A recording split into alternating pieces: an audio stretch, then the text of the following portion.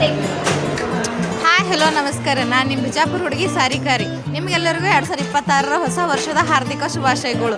ನಿಮಗೆಲ್ಲ ಗೊತ್ತೇ ಇದ್ದಿರಬೇಕು, ನಾನಿವಾಗ ಹೊಸದಾಗಿ ಕಂಟೆಂಟನ್ನು ಕ್ರಿಯೇಟ್ ಮಾಡತ್ತೀನಿ ಅಂದರೆ ವ್ಲಾಗ್ ಮಾಡತ್ತೀನಿ.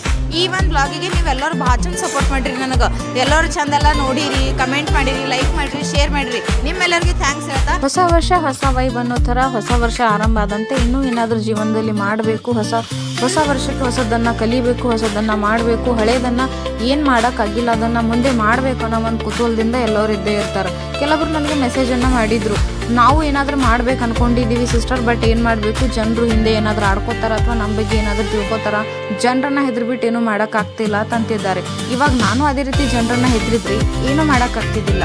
ಸೊ ಜನ ಹಿಂದಿನ ವರ್ಷನೂ ಅದೇ ರೀತಿ ಮಾತಾಡಿದ್ರು, ಇವಾಗೂ ಅದೇ ಮಾತಾಡ್ತಾರೆ. ಸೊ ಏನೋ ಯೋಚನೆ ಮಾಡಿದೆ ನಮ್ಮ ಜೀವನಕ್ಕೆ ನಮ್ಮ ಗುರಿನ ಇಟ್ಕೊಂಡು ಅಷ್ಟನ್ನು ಕೆಲಸ ಮಾಡಬೇಕು. ಜಾಕಿರ್ ಖಾನ್ ಸೇಡ್ मेहनत करना पड़ता है, मेहनत करने से सब कुछ होता है, मैंने ट्राई करके देखा है, आप भी ट्राई कीजिए. ಬದುಕು ಅನ್ನೋದು ಒಂದು ಖಾಲಿ ಪುಸ್ತಕವಿದ್ದಂತೆ. 2026 ಈ ಹೊಸ ಪುಸ್ತಕದ 365 ಪುಟಗಳಲ್ಲಿ ನಾವೇನು ಬರೆಯುತ್ತೀವಿ ಎಂಬುದು ನಮಗೆ ಬಿಟ್ಟಿದ್ದು.